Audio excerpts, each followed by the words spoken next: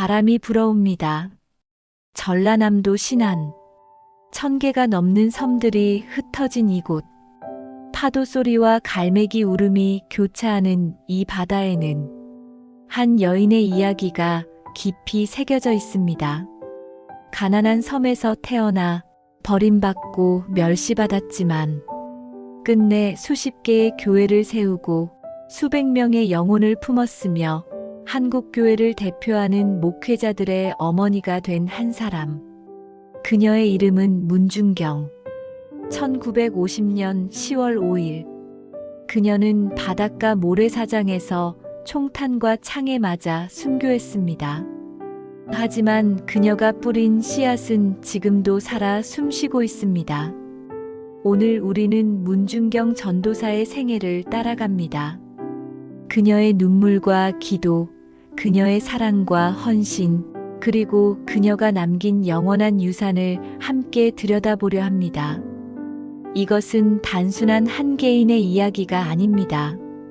이것은 믿음이 무엇인지, 사랑이 무엇인지, 그리고 한 생명이 얼마나 많은 생명을 살릴 수 있는지를 보여주는 역사적 증언입니다.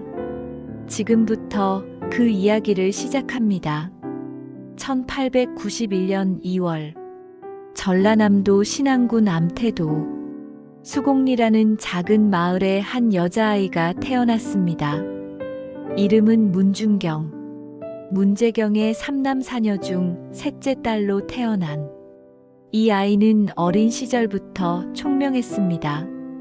하지만 그 시대, 그 섬에서 여자아이가 가질 수 있는 미래는 너무나 제한적이었습니다.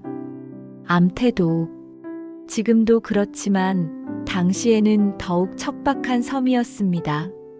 소금기 머금은 바람이 불어오는 갯벌, 낡은 초가집들이 옹기종기 모여있는 마을, 그리고 아침부터 저녁까지 일해도 겨우 하루 끼니를 때울 수 있는 가난. 어린 준경은 이 모든 것을 보며 자랐습니다. 아버지는 부지런한 사람이었지만 가난은 부지런함만으로 극복할 수 없는 것이었습니다. 준경은 오빠들이 글을 배우는 것을 부러워했지만 아버지는 말했습니다. 여자가 글을 배워서 뭐하노? 시집가서 밥이나 잘 짓고 아이나 잘 낳으면 되는 거요. 그것이 그 시대의 상식이었습니다. 준경은 아무 말도 할 수 없었습니다. 다만 조용히 마음속에 품었습니다. 나도 배우고 싶은데. 하지만 세상은 냉정했습니다. 준경이 할 수 있는 일은 집안일을 돕고 동생들을 돌보고 물을 길어 나르는 것뿐이었습니다. 어린 손은 거칠어졌고 발바닥에는 굳은 살이 박혔습니다. 하지만 그 눈동자만큼은 여전히 맑았습니다. 그 눈동자 속에는 아직 이름 붙일 수 없는 어떤 갈망이 숨어 있었습니다. 섬의 사람들은 바다를 믿었습니다. 바다의 신, 바람의 신, 그리고 조상의 영혼. 준경의 집안도 마찬가지였습니다. 정월 대보름이면 당제를 지내고 풍어제를 지내며 집안에는 항상 부적이 붙어 있었습니다. 어린 준경은 이런 풍습들을 보며 자랐지만 마음 한구석에는 늘 의문이 있었습니다. 이 신들은 정말 우리를 지켜주시는 걸까?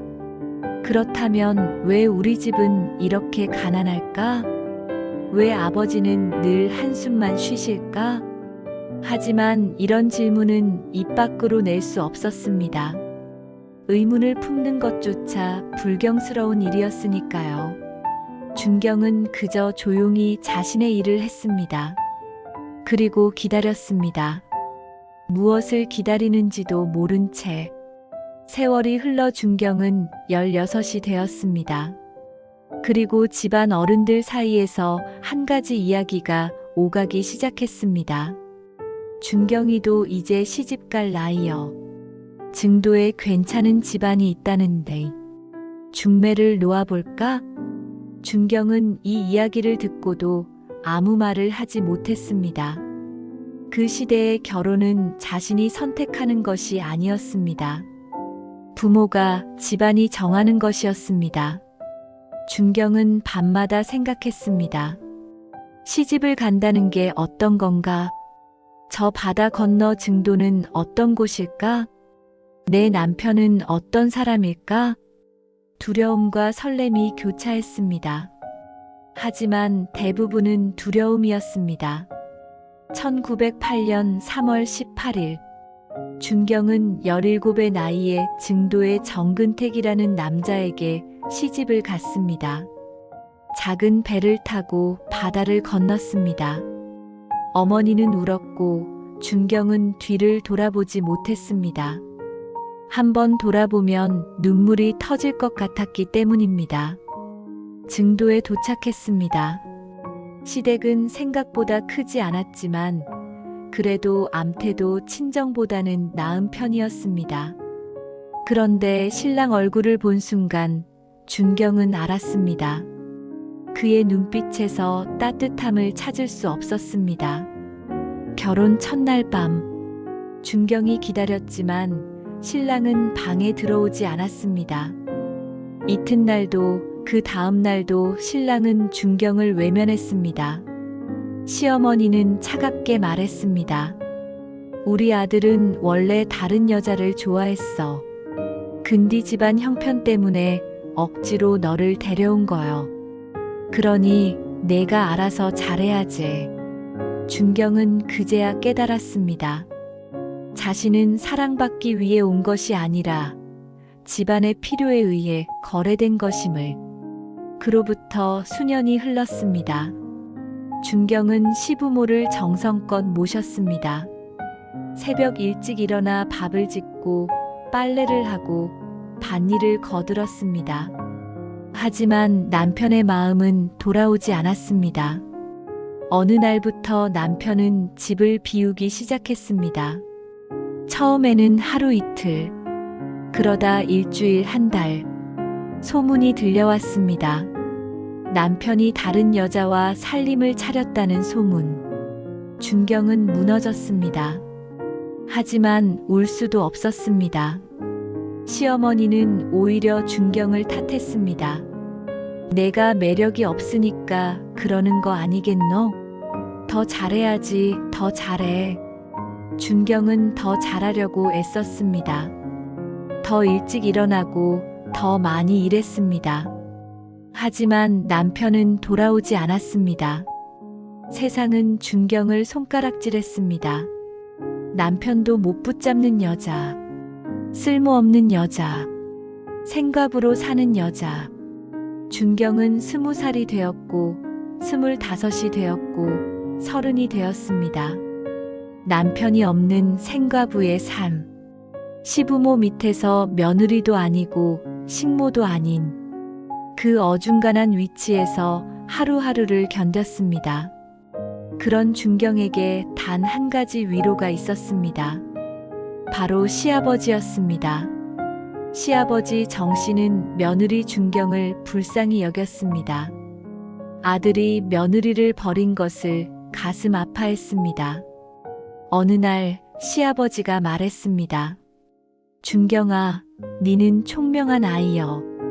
내가 글을 가르쳐 줄란다. 준경은 눈물이 났습니다. 평생 배우고 싶었던 글을 이제야 30이 넘어서 배울 수 있게 되었습니다. 시아버지는 한글을 가르쳤습니다. 천자문을 가르쳤습니다. 준경은 배웠습니다. 밤을 새워가며 배웠습니다. 한 글자 한 글자가 새로운 세상을 열어주었습니다. 준경은 비로소 자신의 생각을 글로 쓸 수 있게 되었습니다. 그리고 처음으로 책을 읽기 시작했습니다. 그 시간만이 준경에게는 유일한 위안이었습니다. 1928년 가을, 준경의 삶에 또 다른 변화가 찾아왔습니다. 시아버지가 세상을 떠난 것입니다. 준경을 유일하게 이해해주던 사람, 그를 가르쳐준 사람, 인간으로 대해준 사람. 준경은 통곡했습니다. 이제 이 집의 준경을 지켜줄 사람은 아무도 없었습니다. 시어머니는 차갑게 말했습니다. 이제 니는 여기 있어봤자 쓸모가 없어. 네 친정이나 가 있어라. 준경은 쫓겨났습니다. 20해를 시댁에서 살았지만 결국 쫓겨났습니다.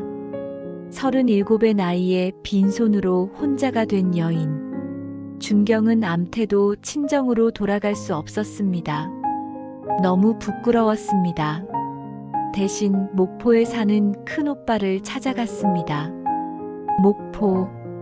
증도와는 다른 세상이었습니다. 항구에는 배들이 가득했고 거리에는 사람들이 북적였으며 전신주에는 전깃불이 켜졌습니다. 준경은 오빠의 집 한쪽 방에 얹혀 살게 되었습니다. 그리고 바느질로 근근히 생계를 이어갔습니다. 바느질. 손끝이 부르트도록 밤을 새워 바느질을 했습니다. 한 땀 한 땀 바늘을 찔러 넣을 때마다 준경의 마음도 함께 아팠습니다. 내 인생은 이게 다인가? 이렇게 쓸쓸하게 혼자 늙어가는 건가? 준경은 울었습니다. 소리 없이 혼자서. 그러던 어느 날, 준경의 삶을 완전히 바꿀 한 만남이 찾아왔습니다. 바느질감을 사러 나갔다가 한 여성을 만났습니다. 그 여성은 전도사였습니다. 그녀는 준경을 보더니 말을 걸었습니다. 아가씨, 혹시 예수님을 아십니까? 준경은 고개를 저었습니다. 예수님이라는 이름을 들어본 적이 없었습니다. 전도사는 웃으며 말했습니다. 그럼 우리 교회에 한번 오세요. 당신 같은 분을 기다리고 있었어요. 준경은 의아했습니다. 나 같은 사람을, 버림받고 쓸모없는 나를. 하지만 마음 한구석에서 작은 호기심이 일었습니다. 며칠 후 준경은 그 전도사가 알려준 목포 북교동교회를 찾아갔습니다. 작은 교회였습니다. 초라한 건물이었지만 안에서는 찬송 소리가 흘러나왔습니다.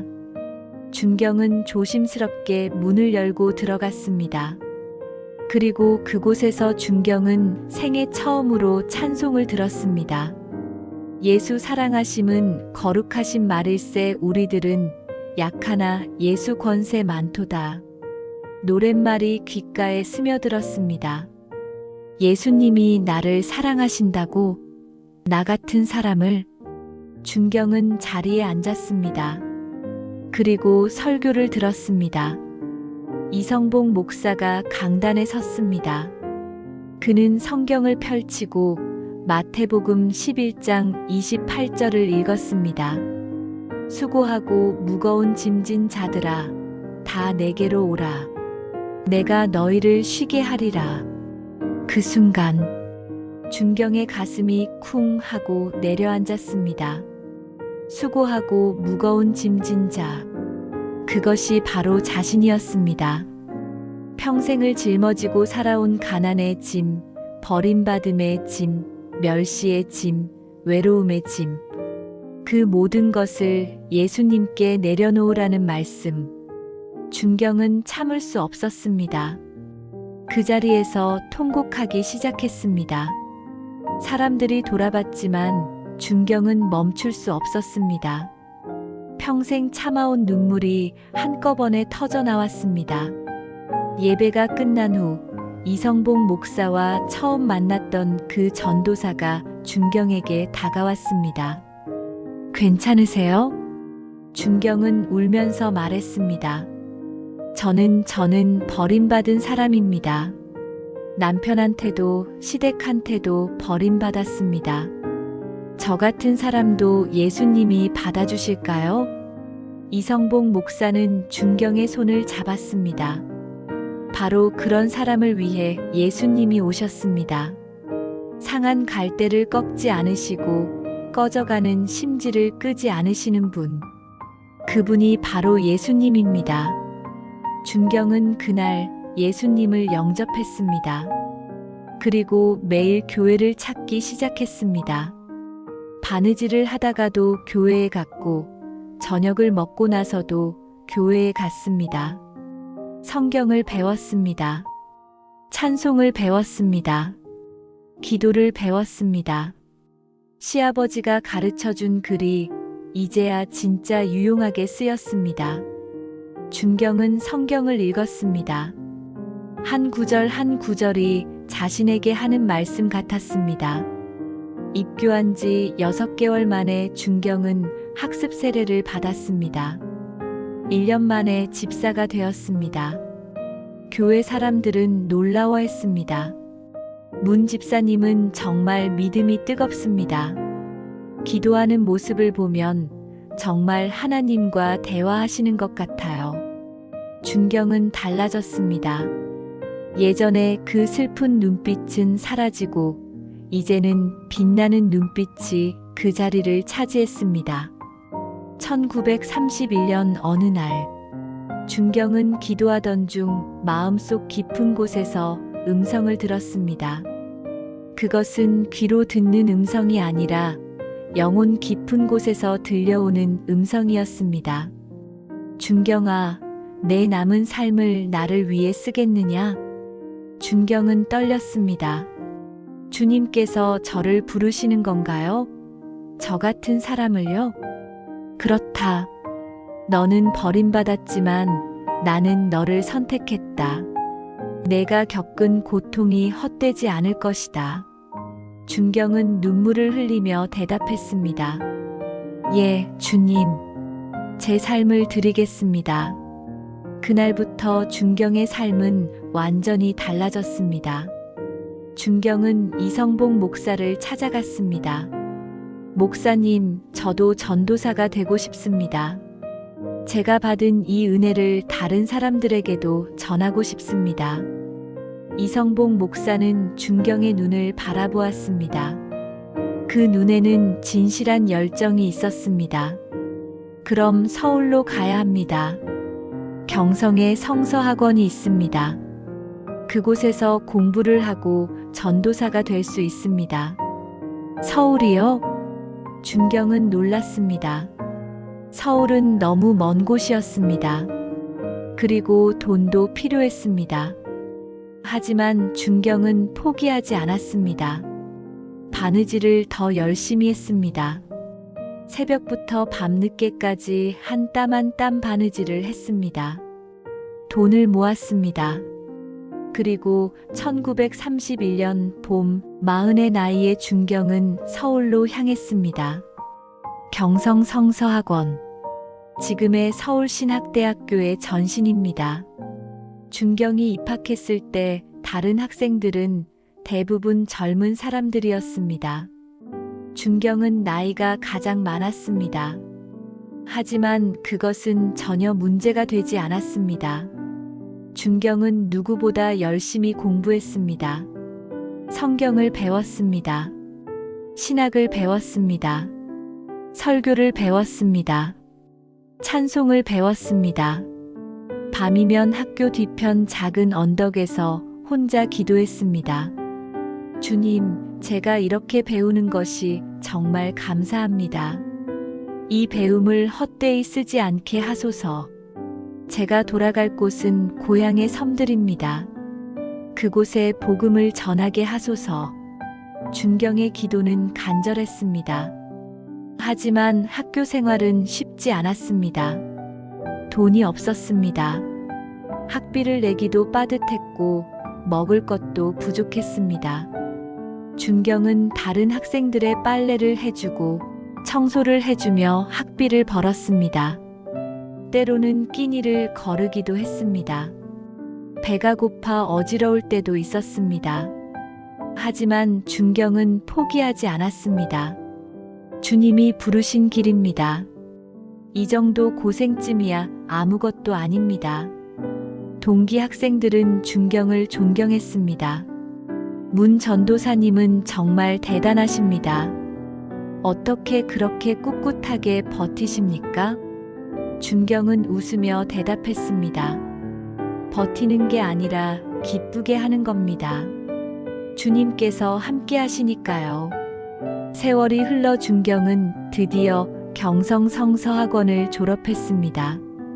1932년 41살의 나이에 준경은 정식 전도사가 되었습니다. 졸업식 날 이성봉 목사가 준경에게 물었습니다.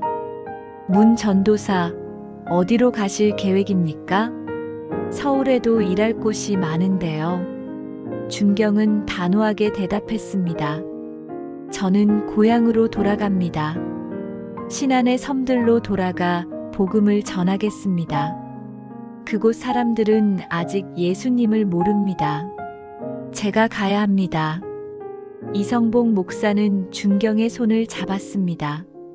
문 전도사, 하나님께서 크게 쓰실 것입니다. 가서 충성하십시오. 준경은 서울을 떠났습니다. 다시 목포로 그리고 신안의 섬들로 향했습니다. 그녀의 손에는 성경책 한 권과 작은 보따리가 전부였습니다. 하지만 그녀의 마음속에는 불타는 열정과 확신이 가득했습니다. 주님께서 저를 보내셨습니다. 그러니 주님께서 길을 열어주실 것입니다.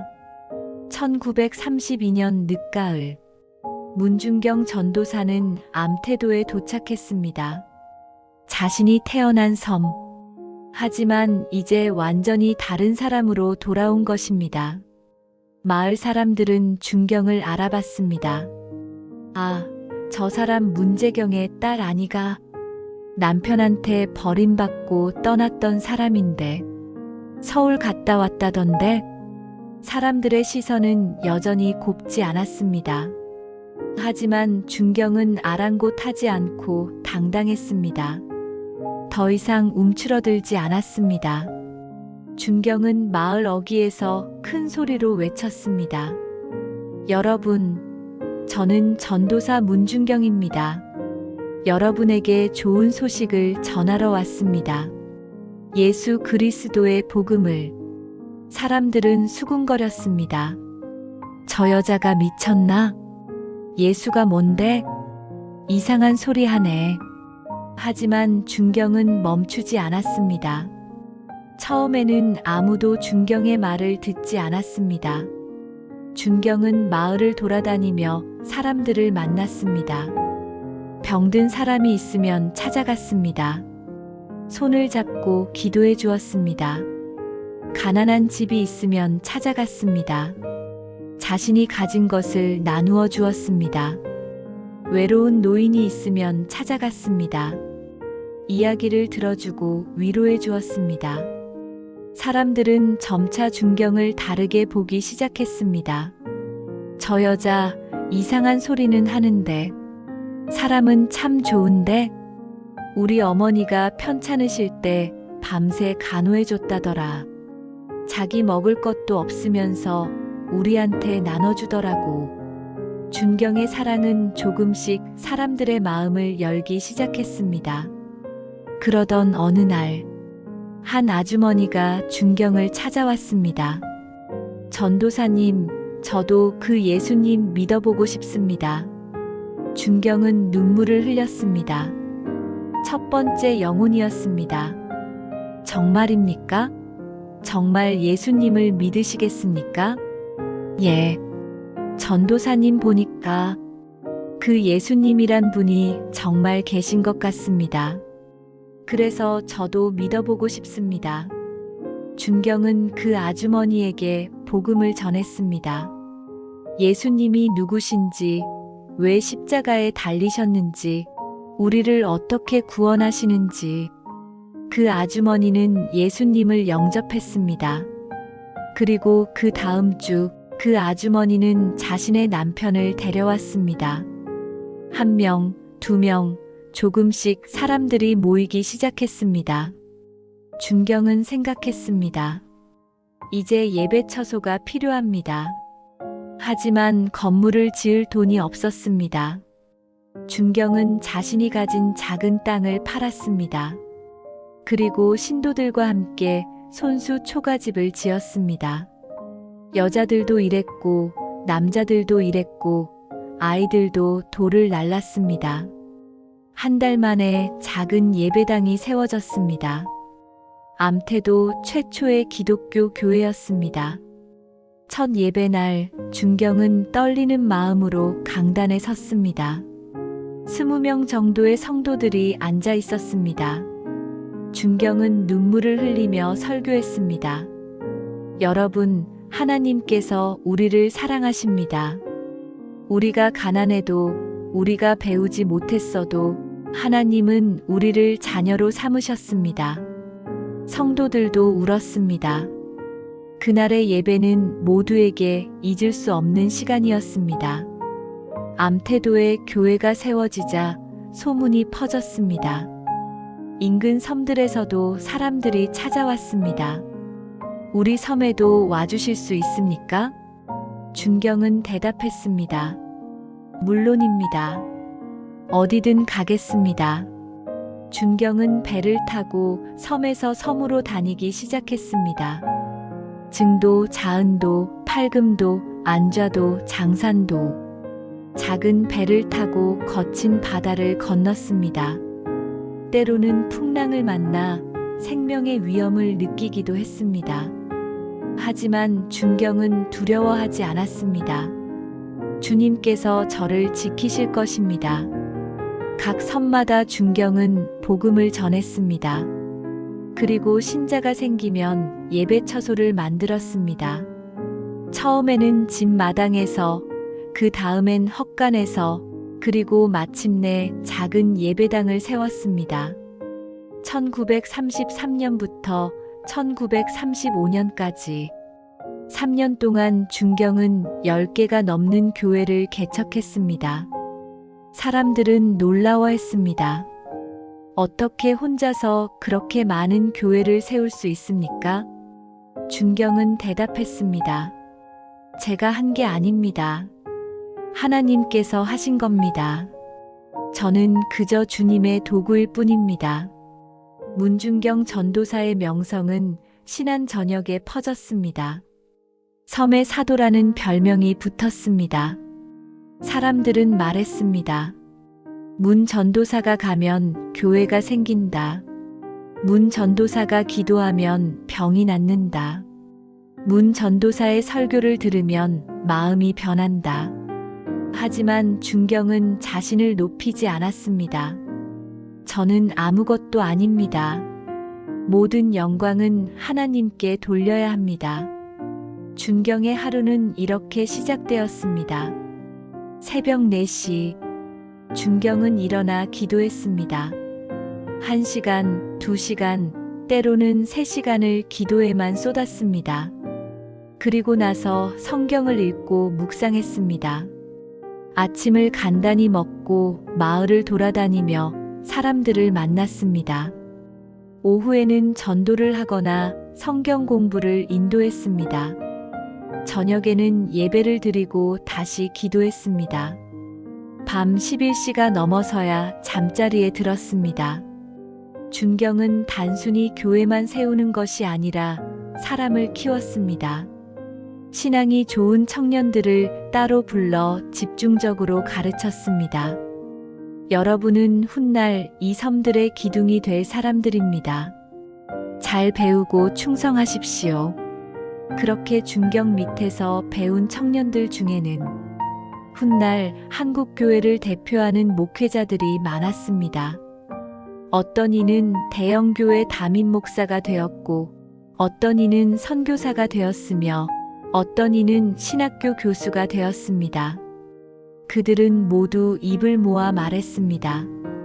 문준경 전도사님은 우리의 영적 어머니입니다. 우리가 오늘 여기 있는 것은 전도사님의 기도와 헌신 덕분입니다. 하지만 준경의 삶이 늘 순탄했던 것은 아닙니다. 가난은 여전했습니다. 준경은 자신을 위해 돈을 쓰지 않았습니다. 헌금으로 들어온 돈은 모두 사역에 사용했습니다. 가난한 사람들을 돕고 교회를 세우고 전도자를 후원하는 데 사용했습니다. 준경 자신은 낡은 옷을 입고 보리밥으로 끼니를 때우며 작은 방 한 칸에서 살았습니다. 어떤 성도가 물었습니다. 전도사님, 왜 자신은 돌보지 않으십니까? 이렇게 사시면 몸이 상합니다. 준경은 웃으며 대답했습니다. 주님께서 저를 지키실 것입니다. 그리고 제가 편하게 살면 어떻게 가난한 사람들의 마음을 알겠습니까? 실제로 준경은 여러 번 쓰러졌습니다. 영양실조로, 과로로, 병으로. 하지만 그때마다 성도들이 간호했고 준경은 다시 일어났습니다. 주님께서 아직 제게 할 일을 남겨두셨습니다. 1940년대에 접어들면서 상황이 어려워졌습니다. 일제는 신사참배를 강요하기 시작했습니다. 경찰이 교회에 와서 말했습니다. 신사참배를 하지 않으면 교회 문을 닫아야 합니다. 많은 교회들이 굴복했습니다.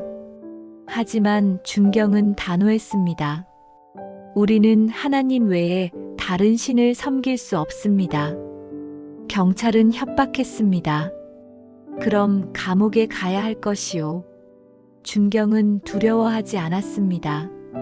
그럼 감옥에 가겠습니다. 하지만 신사참배는 할 수 없습니다. 다행히 신안지역은 본토에서 멀리 떨어진 외딴 섬들이었기에 일제의 감시가 상대적으로 느슨했습니다. 준경은 조용히 신앙을 지켰고 성도들도 믿음을 굽히지 않았습니다. 1945년 8월 15일 해방이 왔습니다. 섬에도 소식이 전해졌습니다. 일본이 항복했습니다. 우리가 독립했습니다. 사람들은 환호했습니다. 준경도 기뻤습니다. 감사합니다, 주님. 이 땅을 자유케 하셨습니다. 해방 후 준경은 더욱 활발하게 사역했습니다. 이제는 일제의 방해 없이 자유롭게 복음을 전할 수 있게 되었습니다. 새로운 교회들이 세워졌습니다. 새로운 신자들이 생겨났습니다. 준경은 쉬지 않고 섬에서 섬으로 다녔습니다. 55의 나이였지만 그 열정은 청년 못지 않았습니다. 이제 우리는 자유입니다. 이 자유를 하나님께 영광 돌리는 데 사용해야 합니다. 하지만 기쁨은 오래가지 못했습니다. 해방의 기쁨도 잠시, 한반도는 다시 혼란에 빠졌습니다. 좌우 이념 대립, 남북 분단, 그리고 곳곳에서 일어나는 유혈 충돌. 신안 지역에도 좌익 세력이 침투했습니다. 그들은 마을마다 인민위원회를 조직하고 사람들을 선동했습니다. 교회는 미국 제국주의의 앞잡이다. 기독교인들은 인민의 적이다. 준경은 위험을 느꼈습니다. 하지만 피하지 않았습니다. 제가 지금 떠나면 성도들은 어떻게 됩니까? 양떼를 버리고 도망가는 목자는 목자가 아닙니다. 1948년 가을부터 본격적인 박해가 시작되었습니다. 좌익 무장대는 교회를 습격했습니다. 십자가를 부수고 성경책을 불태웠습니다. 신자들을 끌고 가 신문했습니다. 너는 왜 교회에 다니느냐? 예수를 믿으면 인민의 적이다. 많은 신자들이 교회 나가기를 두려워했습니다. 어떤 이들은 신앙을 숨겼습니다. 어떤 이들은 산으로 도망갔습니다. 하지만 준경은 교회를 지켰습니다. 매일 아침 교회 문을 열고 예배를 드렸습니다. 우리가 지금 하나님을 부인하면 나중에 후회할 것입니다. 믿음을 지킵시다.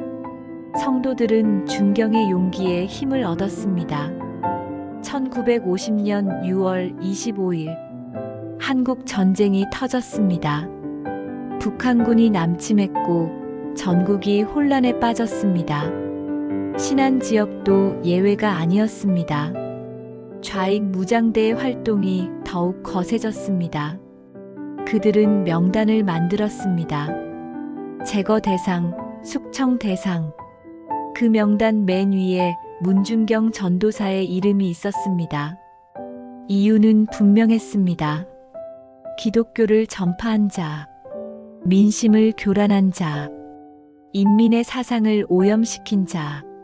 주변 사람들이 준경에게 권했습니다. 전도사님, 이제는 피하셔야 합니다. 목숨이 위험합니다. 잠시만이라도 몸을 숨기세요.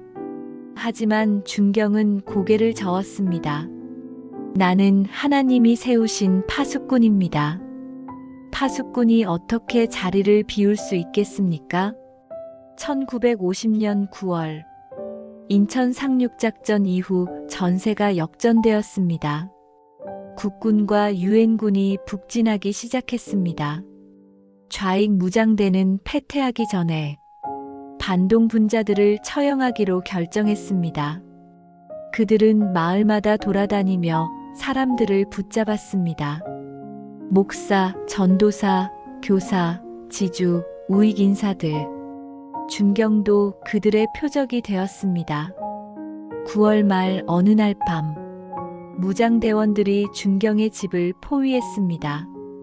문을 두드렸습니다. 문준경, 나와라. 준경은 기도하고 있었습니다.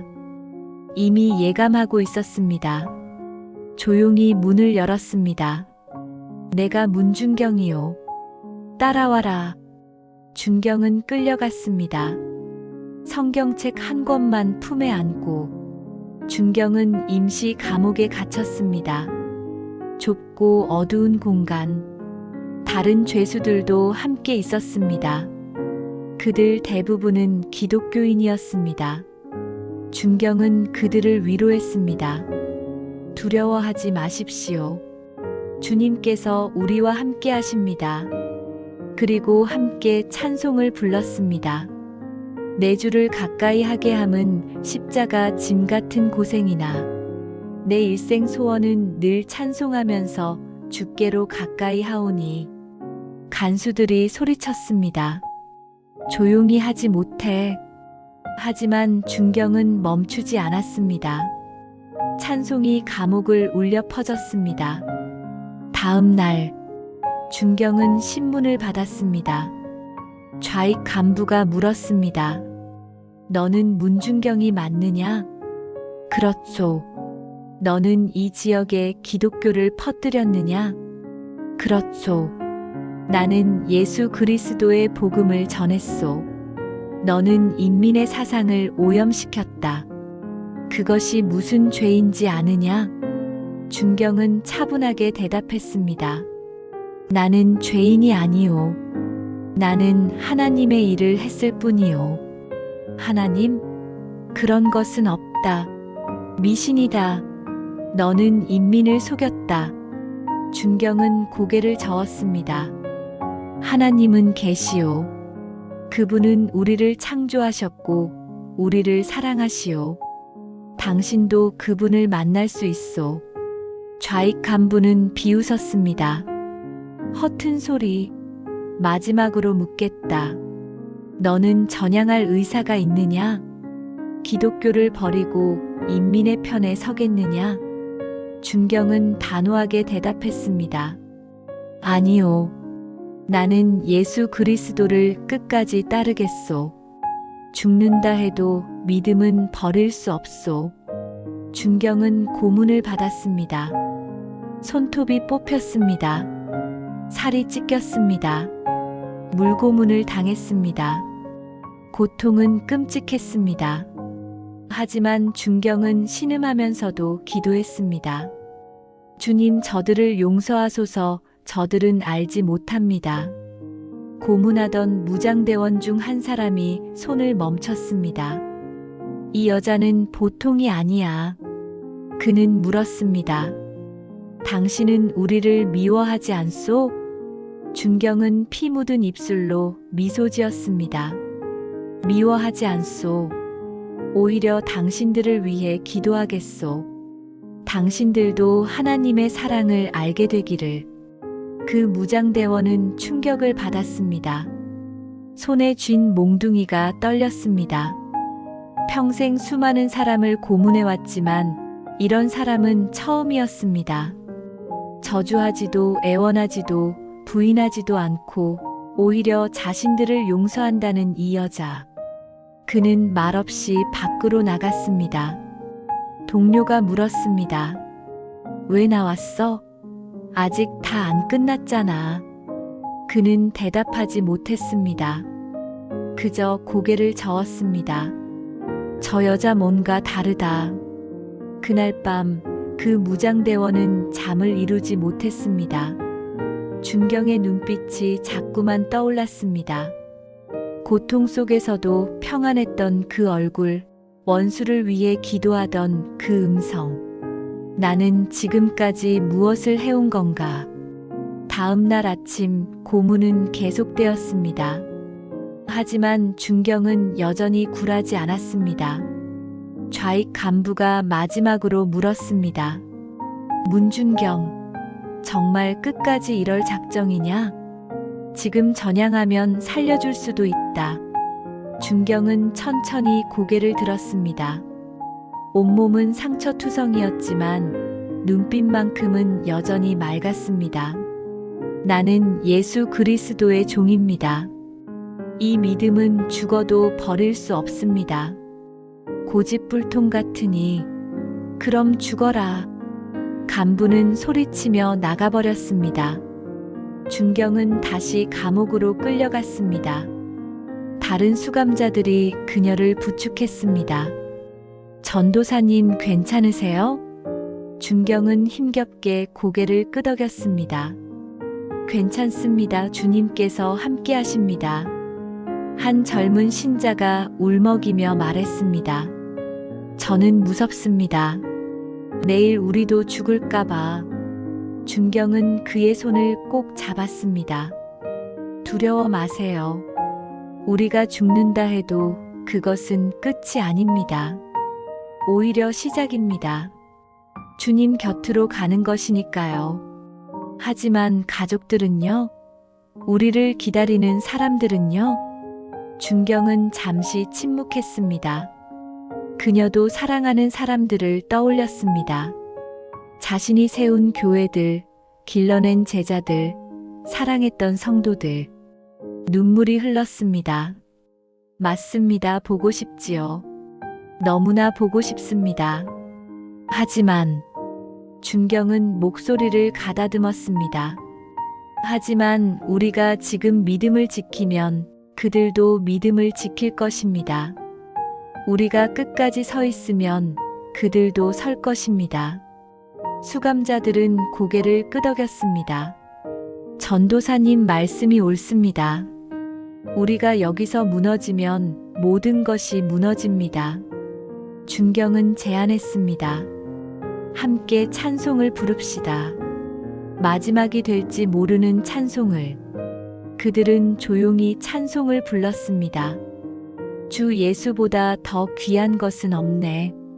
이 세상 부귀와 바꿀 수 없네. 주 예수보다 더 귀한 것은 없네. 내 생명 드려도 아깝지 않네. 찬송 소리가 감옥을 채웠습니다. 간수들이 소리쳤지만 그들은 멈추지 않았습니다. 노래는 계속되었고 어둠 속에서 빛이 되었습니다. 1950년 10월 4일 밤, 준경의 생애 마지막 밤이었습니다. 감옥은 고요했습니다. 모두가 잠들었지만 준경은 깨어 기도하고 있었습니다. 무릎을 꿇고 두 손을 모으고 천천히 깊이 기도했습니다. 주님, 이제 제 때가 가까워진 것 같습니다. 준경의 목소리는 떨리지 않았습니다. 두렵지 않습니다. 주님께서 함께 하시니 무엇이 두렵겠습니까? 다만 주님. 준경은 잠시 말을 멈췄습니다. 눈물이 흘렀습니다. 제가 사랑했던 그 사람들을 부디 지켜주소서. 암태도의 교회, 증도의 교회, 자은도의 교회.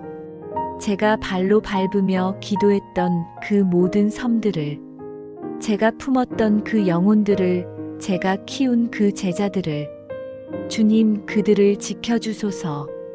그들의 믿음이 흔들리지 않게 해주소서.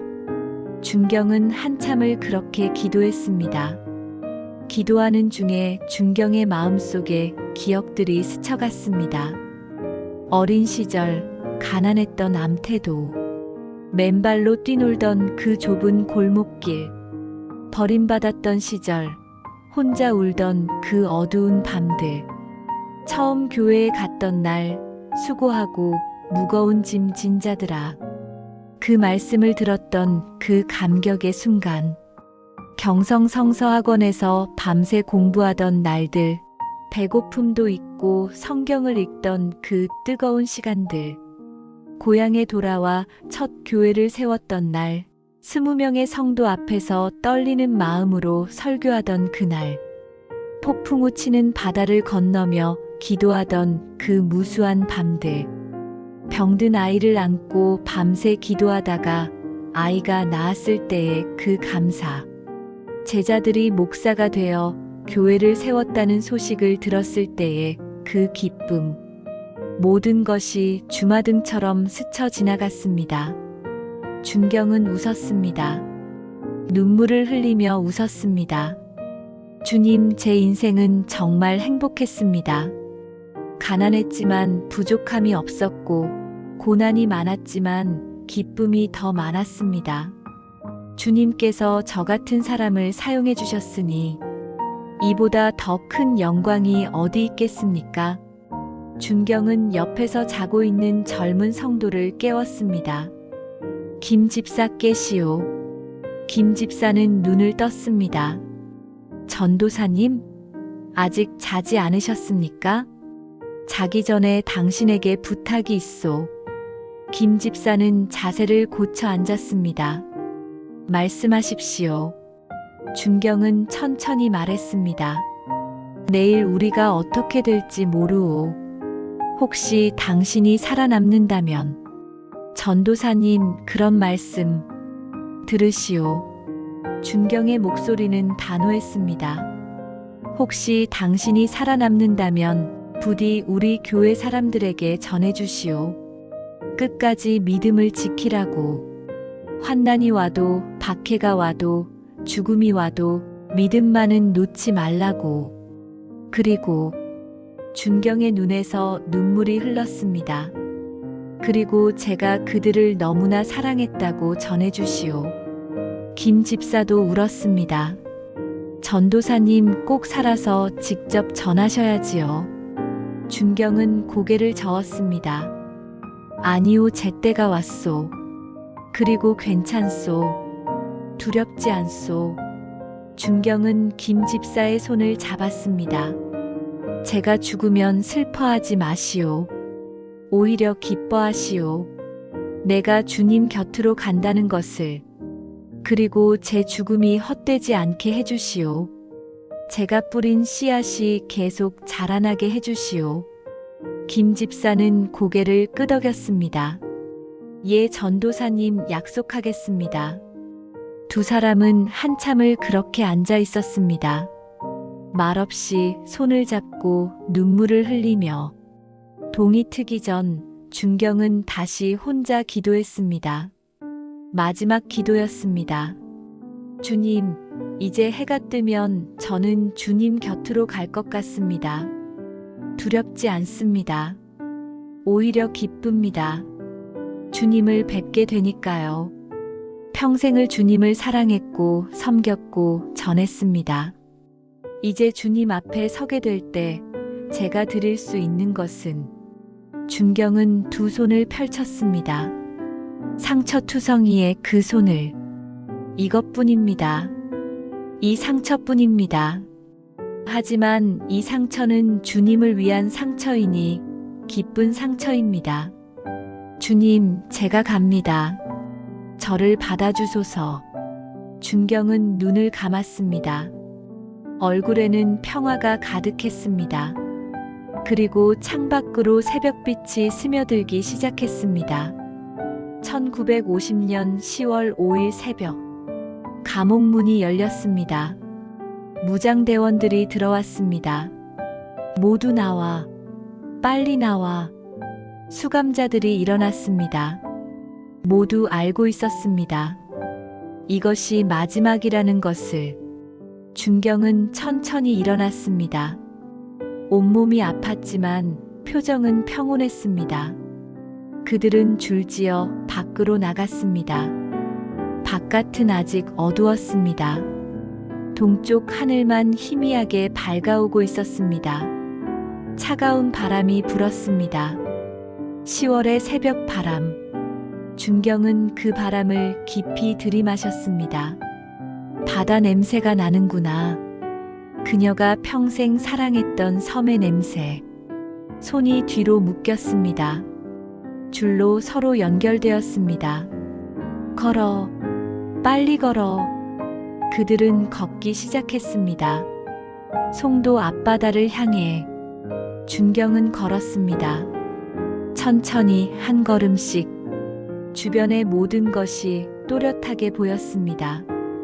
길가의 풀, 하늘의 구름, 멀리 보이는 섬들. 이것이 마지막이구나. 준경은 생각했습니다.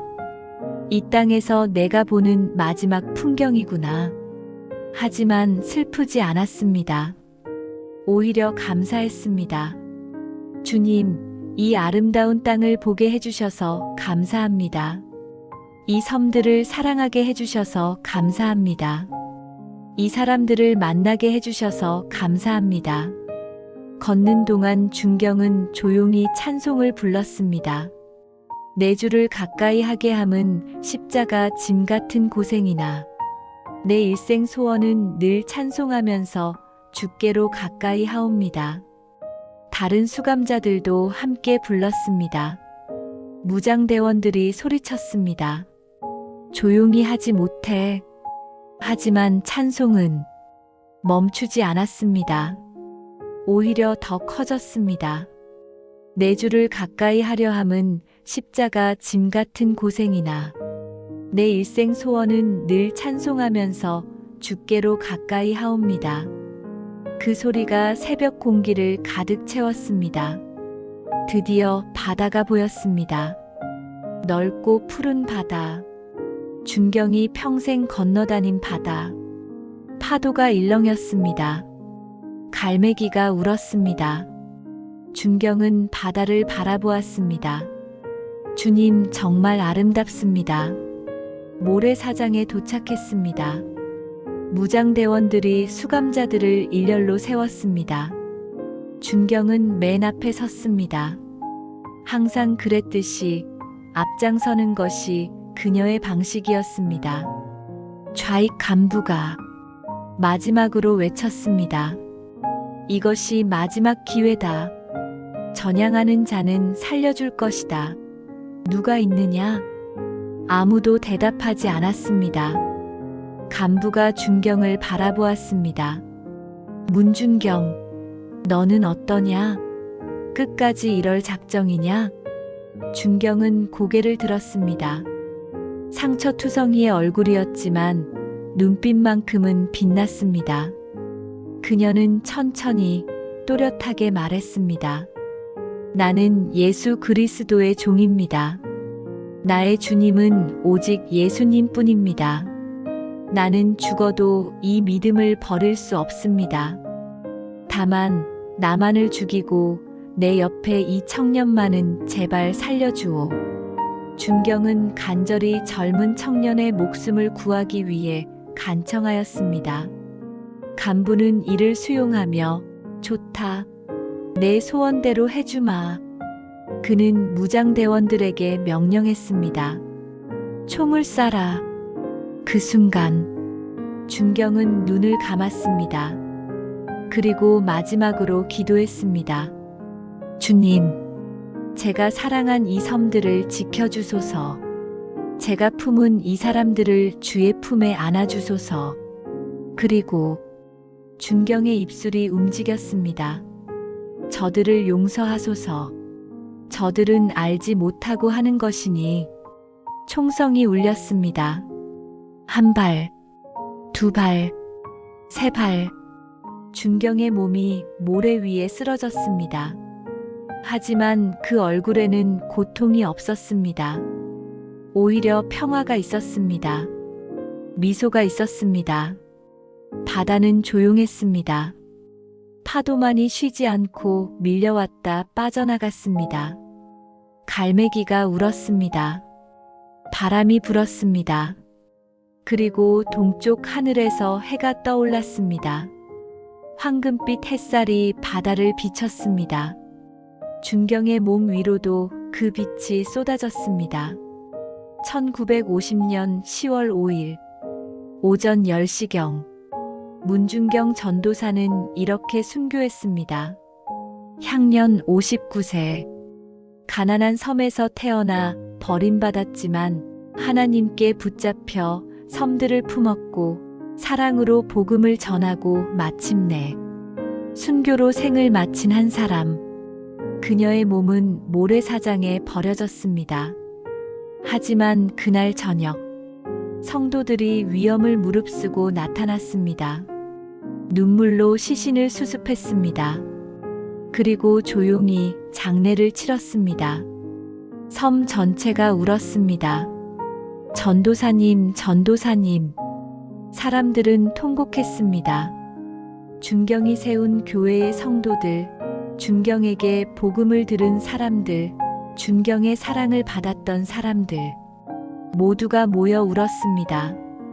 한 노인이 말했습니다. 우리가 얼마나 큰 분을 잃었는지 이제야 알겠소. 한 아주머니가 말했습니다. 전도사님은 우리를 정말 사랑하셨어.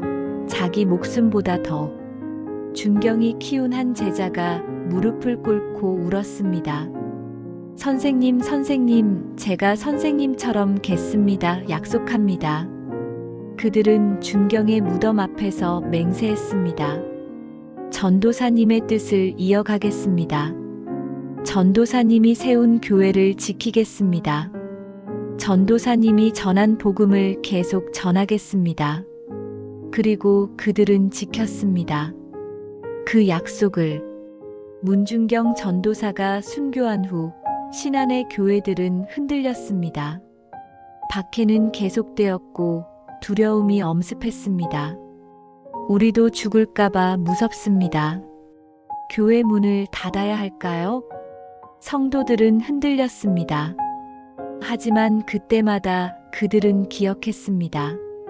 준경 전도사의 마지막 모습을, 죽음 앞에서도 흔들리지 않던 그 믿음을, 원수를 용서하던 그 사랑을. 전도사님이 우리를 위해 순교하셨는데 우리가 어찌 무너질 수 있겠소? 성도들은 다시 일어났습니다. 1953년 한국 전쟁이 끝났습니다. 폐허가 된 땅, 상처 입은 사람들. 하지만 신안의 교회들은 살아있었습니다. 준경이 세운 교회들, 준경이 키운 사람들이 지켜낸 교회들. 암태교회는 여전히 서 있었습니다. 증도교회도, 자은교회도, 팔금교회도 여전히 서 있었습니다. 아니, 서 있을 뿐 아니라 더 성장했습니다. 사람들이 모여들었습니다. 문 전도사님이 전한 그 복음, 우리도 듣고 싶소.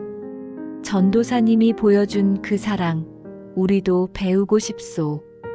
교회는 부흥했습니다. 준경의 순교가 오히려 부흥의 씨앗이 된 것입니다.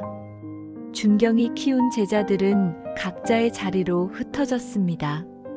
어떤 이는 목사가 되어 교회를 섬겼습니다. 어떤 이는 선교사가 되어 다른 땅으로 복음을 전하러 떠났습니다. 어떤 이는 전도사가 되어 준경처럼 섬들을 다니며 복음을 전했습니다.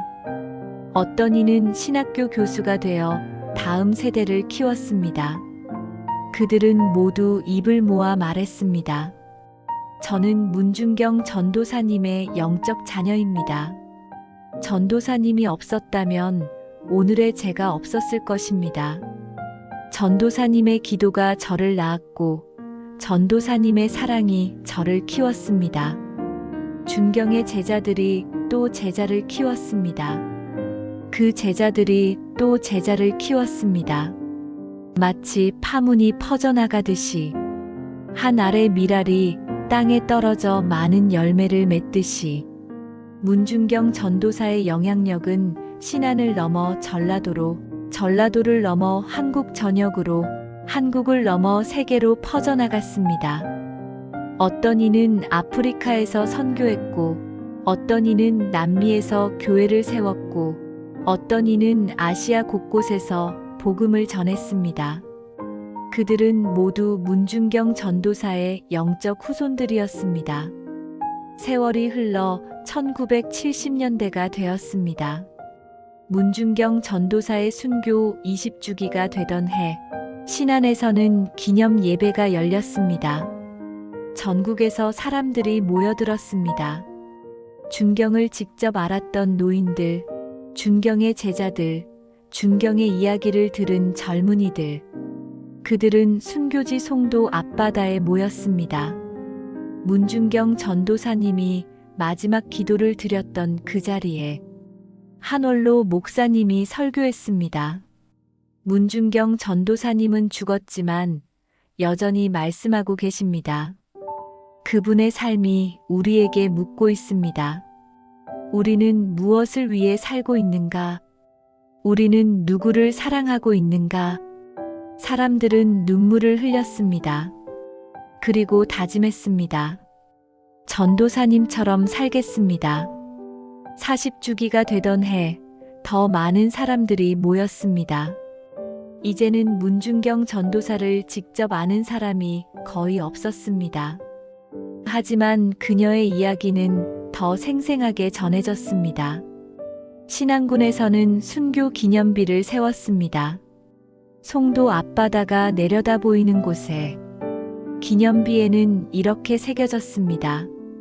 문준경 전도사, 섬의 사도, 믿음의 어머니, 사랑의 증인.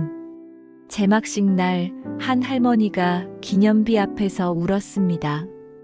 전도사님, 저 기억하세요? 전도사님이 우리 집에 오셔서 밥을 나눠주시고 복음을 전해주셨잖아요. 저는 그때 10살이었어요. 이제 저도 70이 넘었지만 전도사님 얼굴은 아직도 생생해요. 옆에 있던 손녀가 물었습니다. 할머니, 그분이 정말 그렇게 대단한 분이셨어요? 할머니는 고개를 끄덕였습니다. 대단하다는 말로는 부족해. 그분은 정말 예수님 같으셨어. 새천년이 밝았습니다. 문준경 전도사님의 순교 50주기. 이제 한국교회는 문준경 전도사를 공식적으로 순교자로 인정했습니다. 교회사 책에 그녀의 이름이 기록되었습니다. 신학교에서 그녀의 생애를 가르쳤습니다. 다큐멘터리가 제작되었습니다. 책이 출판되었습니다. 그녀의 이야기는 더 많은 사람들에게 전해졌습니다.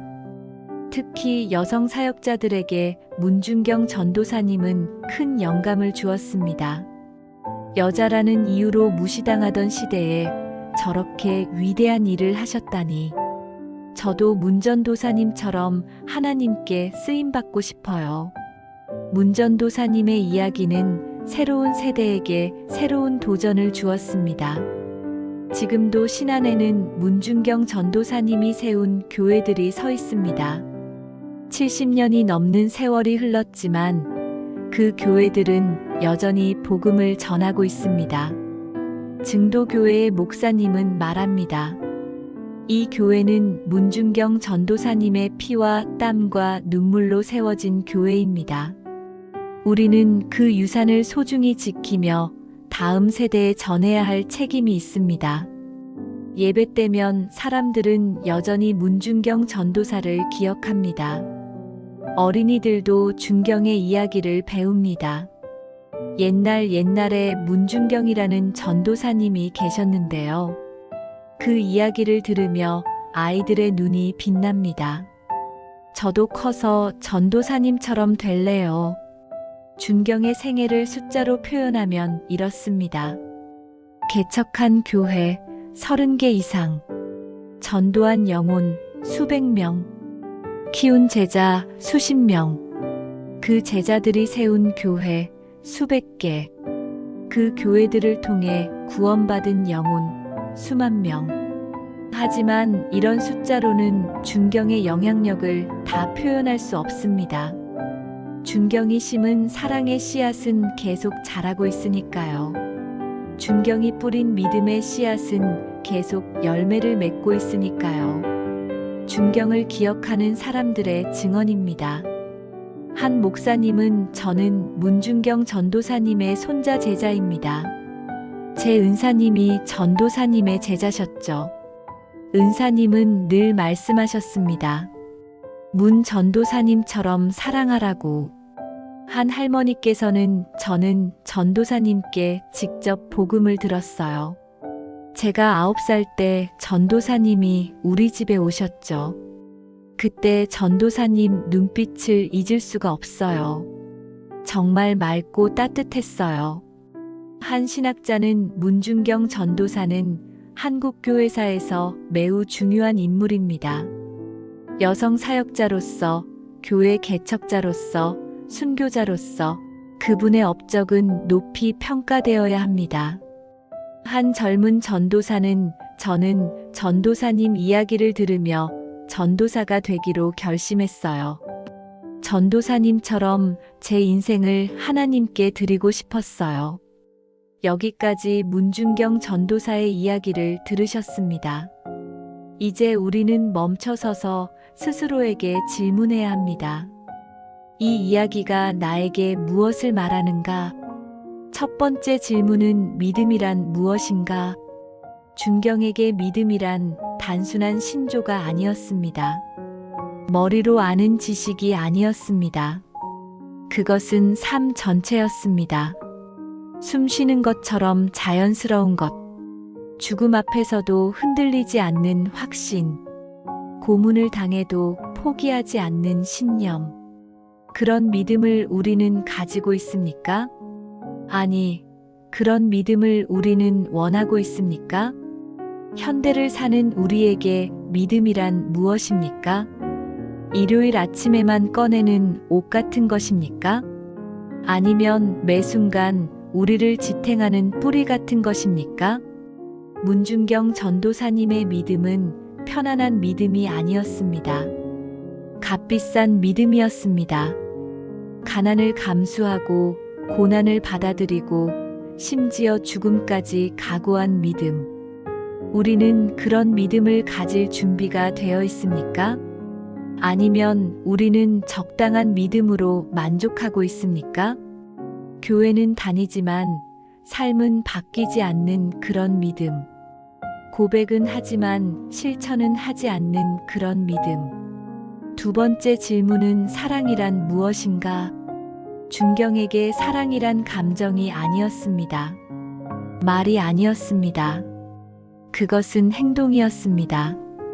배고픈 사람에게 자신의 밥을 주는 것, 병든 사람을 밤새 간호하는 것, 외로운 사람의 손을 잡아주는 것, 심지어 자신을 죽이는 사람들을 위해 기도하는 것, 그것이 사랑이었습니다.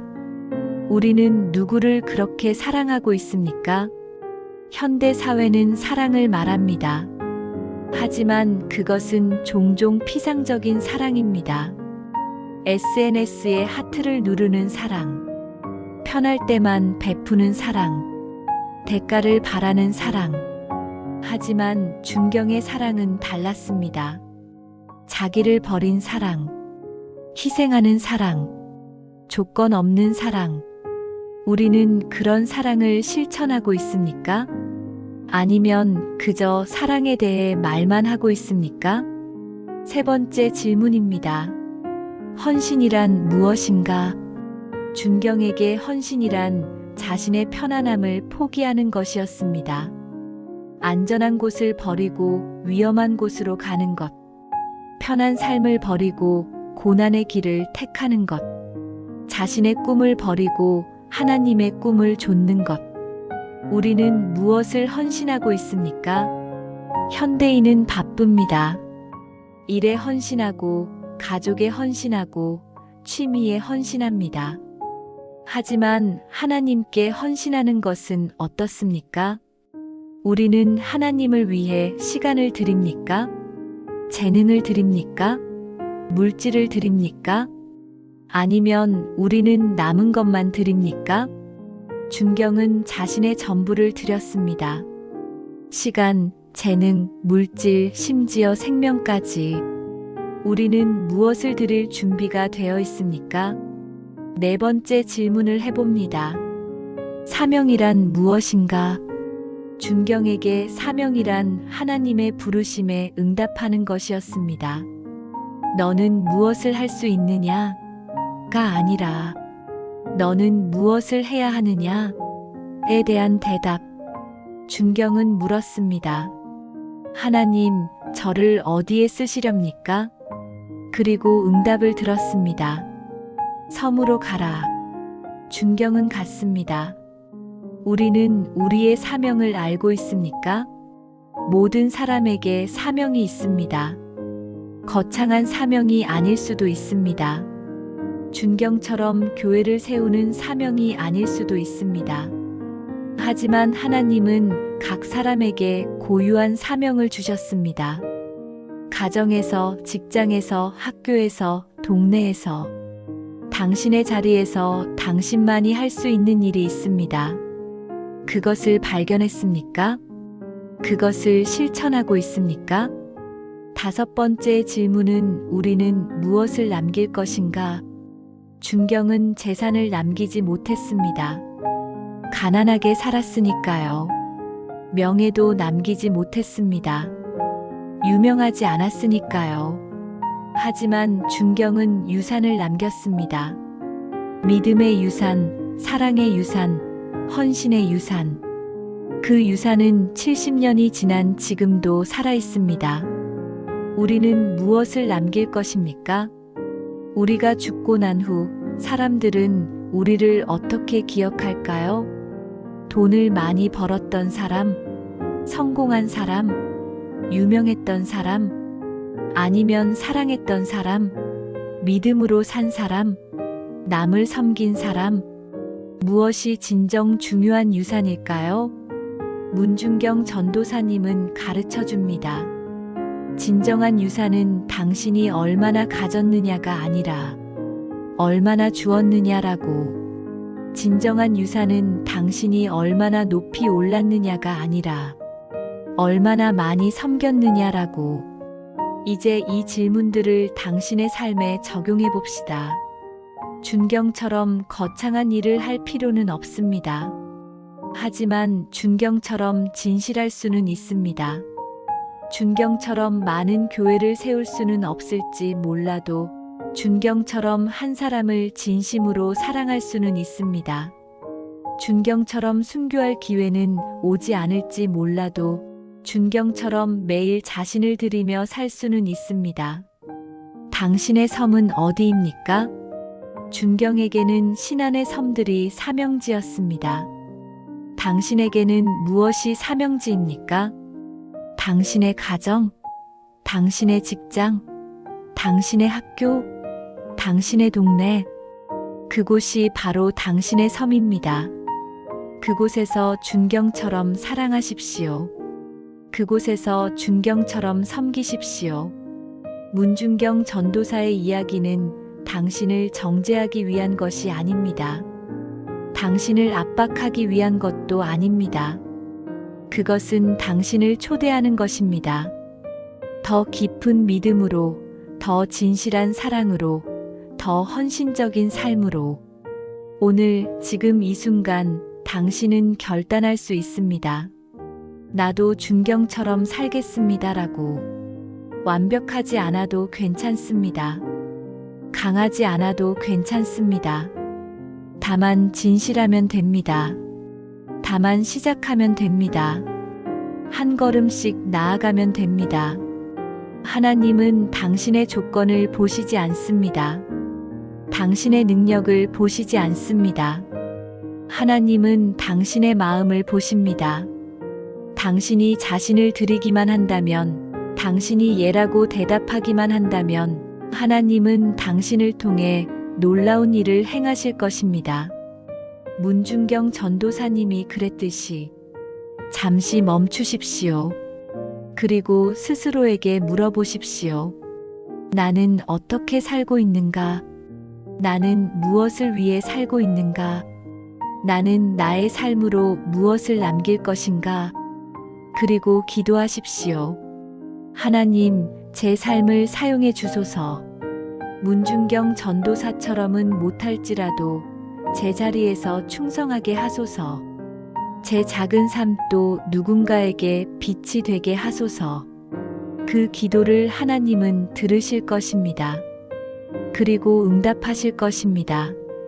문중경 전도사에게 그러셨듯이 이제 당신에게도 손을 내미시고 도우실 것입니다. 믿음으로 승리하는 삶이 되시길 축복합니다.